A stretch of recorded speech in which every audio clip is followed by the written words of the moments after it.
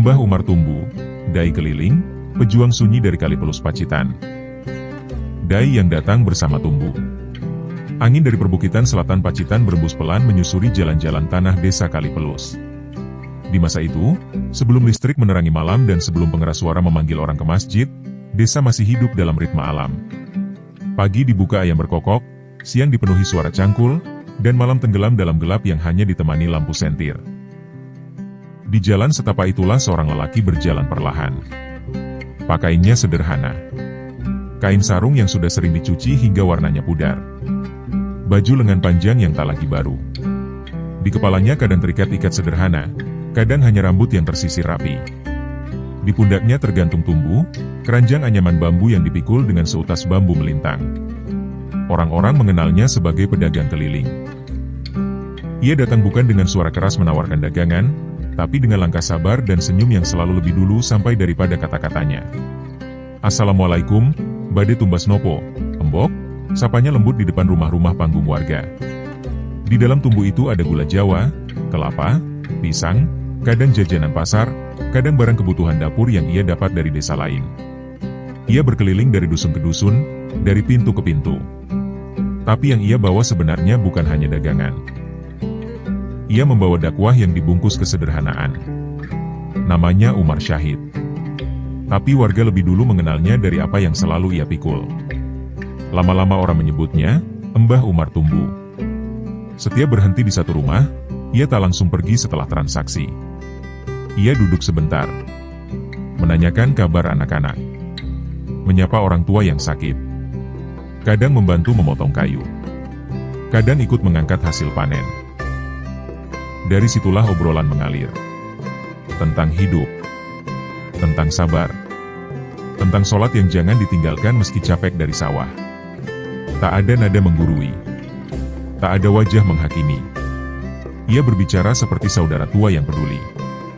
Rezeki itu singatur Gusti Allah, tapi sholat ojo nganti bolong, ucapnya pelan suatu sore pada seorang petani yang sering meninggalkan sholat karena lelah bekerja. Kata-katanya tidak meledak, tapi meresap. Di masa ketika masyarakat belum akrab dengan pengajian rutin, belum banyak yang paham tata cara ibadah yang benar, pendekatan seperti itulah yang membuka hati. Dakwahnya tidak berdiri di mimbar tinggi. Dakwahnya duduk di dinding bambu, di teras rumah warga. Tumbuh di pundaknya menjadi jembatan. Orang membeli gula, tapi pulang membawa nasihat. Orang membeli pisang, tapi diam-diam mulai belajar wudhu yang benar. Pelan tapi pasti, kehadiran lelaki pemikul tumbuh itu mengubah suasana batin desa. Warga mulai menunggu kedatangannya. Bukan cuma karena dagangannya, tapi karena rasa teduh yang selalu ikut datang bersamanya. Tak ada yang sadar, mereka sedang menyaksikan lahirnya sebuah perubahan besar, yang dimulai dari langkah kaki seorang dai keliling, yang memilih berjalan pelan agar bisa menyapa setiap hati. Surau kecil yang menjadi cahaya. Perubahan itu tidak terjadi sekaligus. Ia tumbuh seperti benih yang ditanam diam-diam, disiram kesabaran, dan dijaga dengan doa yang panjang. Setelah sekian lama berkeliling, Mbah Umar melihat satu hal yang mengusik hatinya.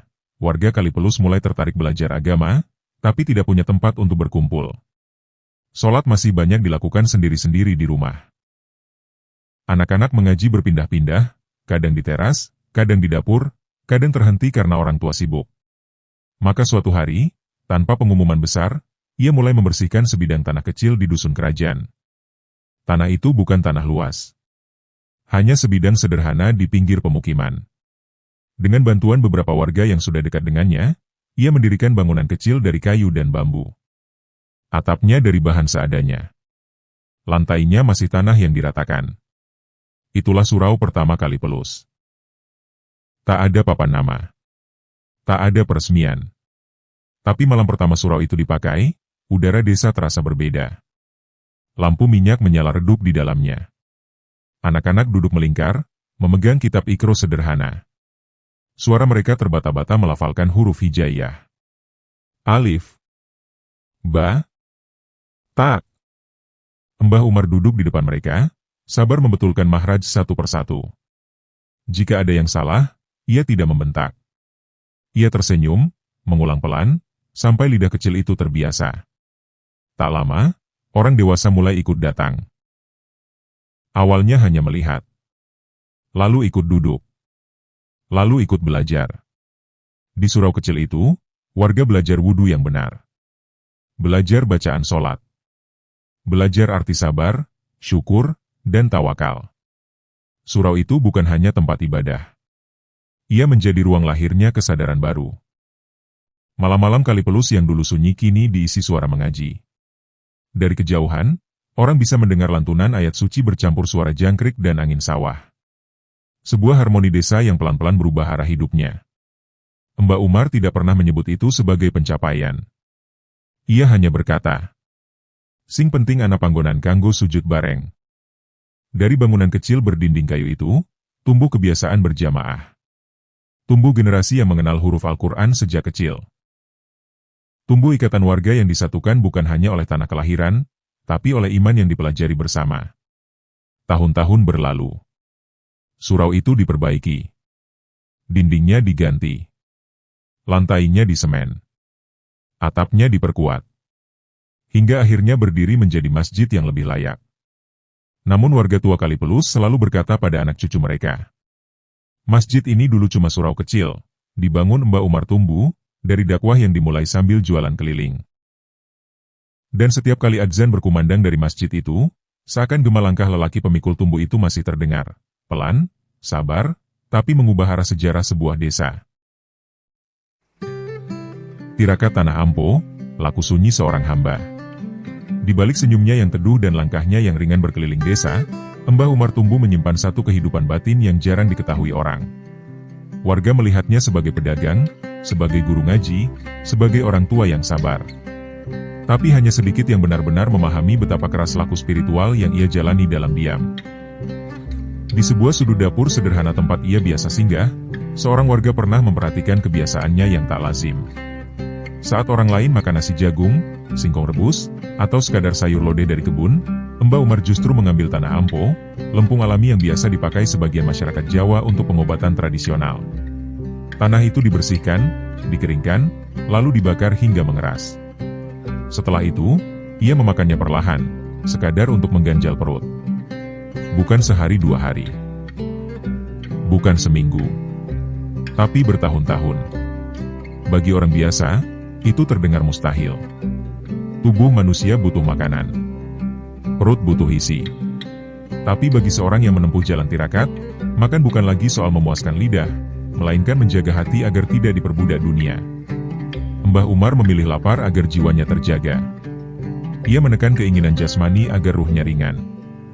Dalam kesunyian malam, saat orang lain terlelap, ia sering bangun untuk sholat panjang.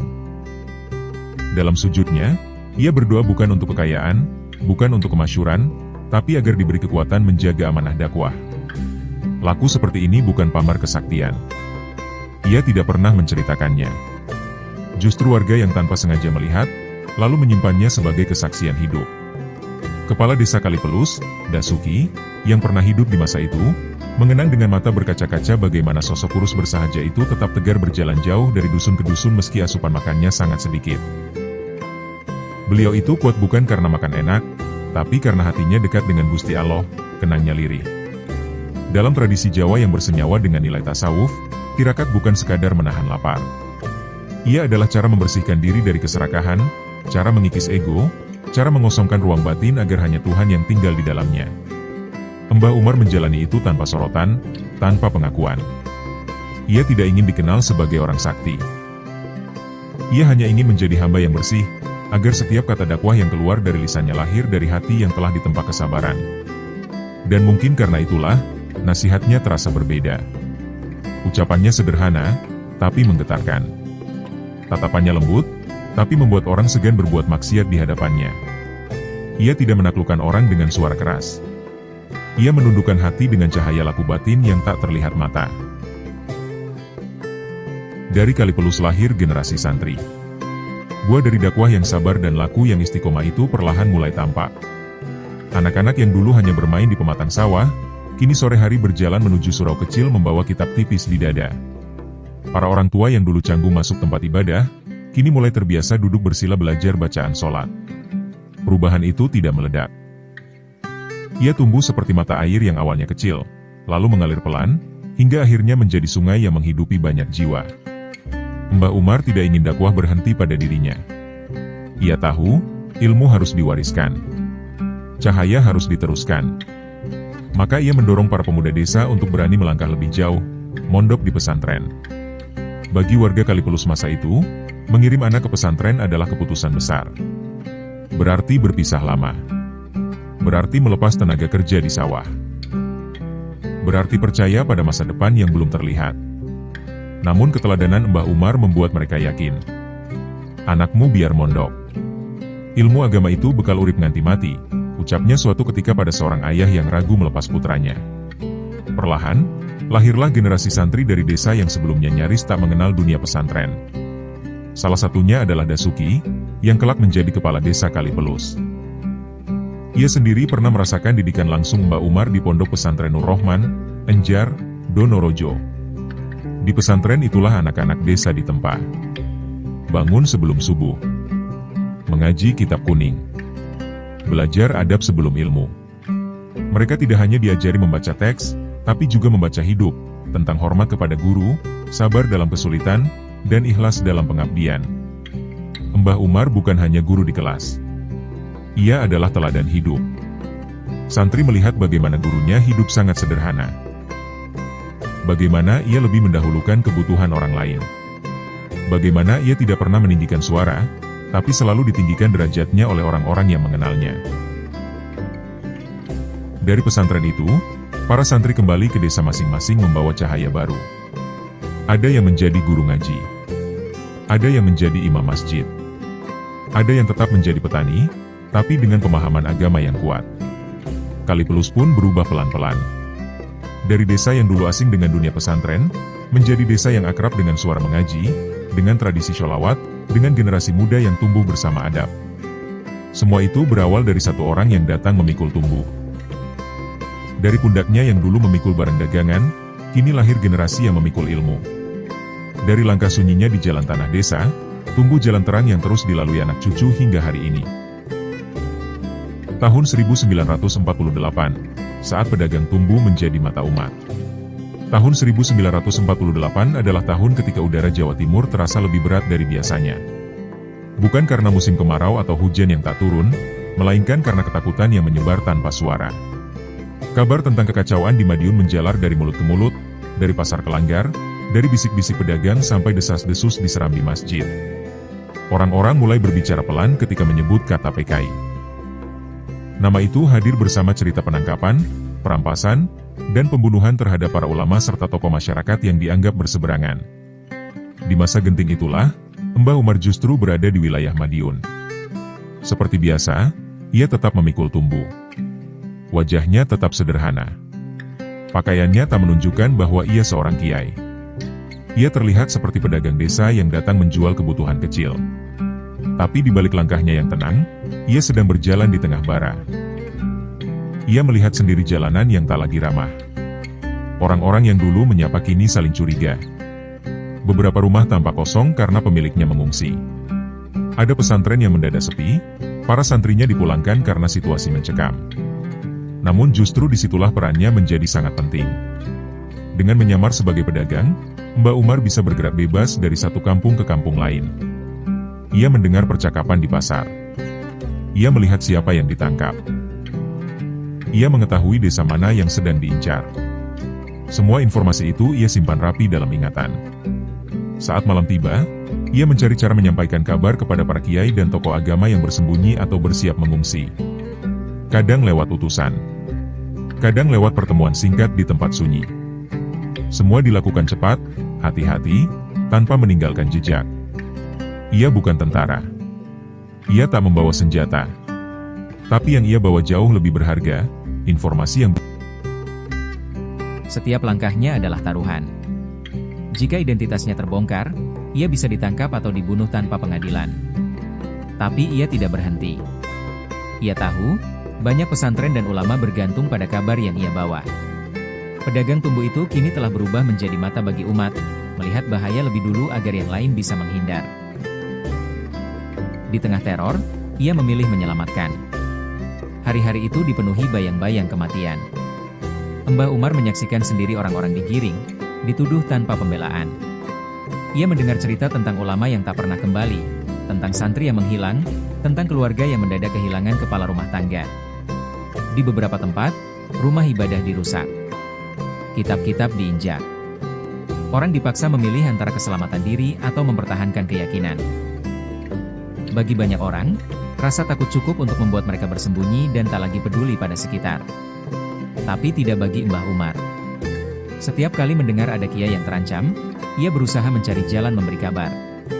Kadang ia berjalan memutar lewat pematang sawah agar tak terlihat.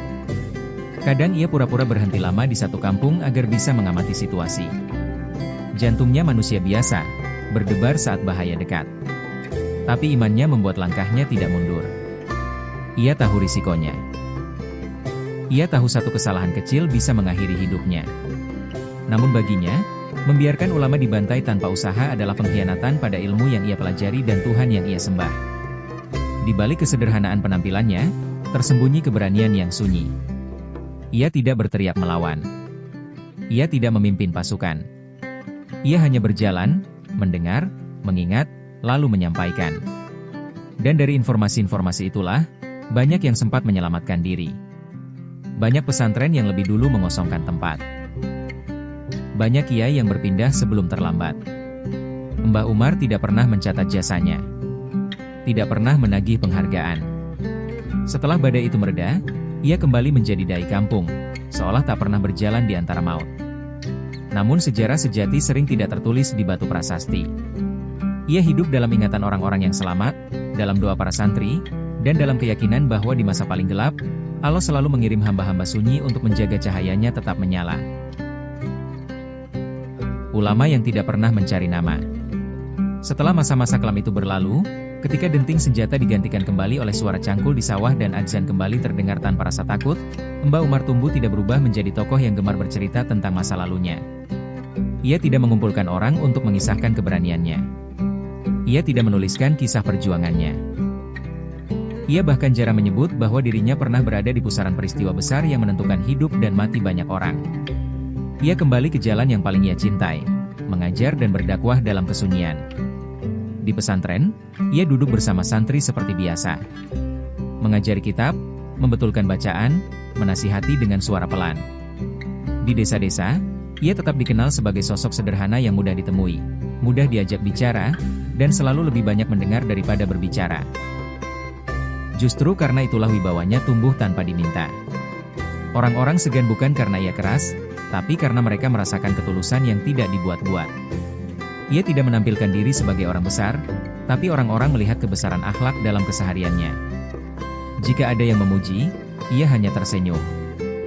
Jika ada yang berterima kasih, ia menjawab, "Kulo namung ngelakoni sing dados kewajiban." Baginya, hidup bukan tentang dikenang manusia, tapi tentang diterima amalnya di sisi Allah. Kesederhanaannya bukan sekadar gaya hidup, melainkan cermin keyakinan yang matang. Ia yakin bahwa kemuliaan tidak lahir dari jabatan, tidak dari harta, tidak pula dari popularitas. Kemuliaan lahir dari hati yang lurus, dari niat yang bersih, dan dari langkah yang istiqomah di jalan kebenaran. Maka hingga usia senja, ia tetap menjadi Mbah Umar yang sama, bersarung sederhana, berpeci biasa, berjalan pelan, tapi membawa ketenangan dimanapun ia singgah. Warisan cahaya yang tak pernah padam. Ketika Mbah Umar tumbuh wafat pada tahun 2017, duka menyelimuti banyak hati. Bukan hanya keluarga dan santri yang merasa kehilangan, tapi juga masyarakat desa-desa yang pernah disentuh dakwahnya. Namun kepergiannya bukan akhir dari kisahnya. Warisan yang ia tinggalkan tidak berupa tanah luas atau bangunan megah. Ia meninggalkan sesuatu yang jauh lebih kuat dan lebih lama hidupnya, iman yang tumbuh di dada manusia. Surau kecil yang dulu ia dirikan kini berdiri sebagai masjid yang ramai oleh jamaah. Pesantren yang ia rawat terus melahirkan santri-santri baru. Murid-muridnya menyebar, mengajar di tempat lain, membawa nilai yang sama, dakwah dengan kelembutan, perjuangan dengan keikhlasan, hidup dengan kesederhanaan. Di Kalipelus dan sekitarnya, nama Mbah Umar tumbuh tidak hanya disebut sebagai kiai. Ia dikenang sebagai orang tua ruhani desa. Sosok yang membimbing tanpa memaksa, yang berjuang tanpa banyak suara, yang kuat karena keyakinannya kokoh kepada Allah. Dari tumbuh bambu yang dulu dipikulnya, lahir kisah tentang keteguhan. Dari langkah kakinya di jalan tanah, lahir jejak dakwah yang tak terhapus zaman. Dari tirakat dan kesunyiannya, lahir generasi yang mengenal iman lebih dalam. Ia telah membuktikan bahwa orang besar tidak selalu berdiri di panggung tinggi. Kadang ia berjalan di jalan kecil desa, memikul dagangan, sambil diam-diam memikul amanah besar dari Tuhan. Dan selama adzan masih berkumandang di masjid yang dulu bermula dari surau kecilnya, selama santri masih membuka kitab di pesantren yang ia rintis, selama orang-orang masih mengingat nasihat lembutnya, cahaya Mbah Umar Tumbu tidak pernah benar-benar padam.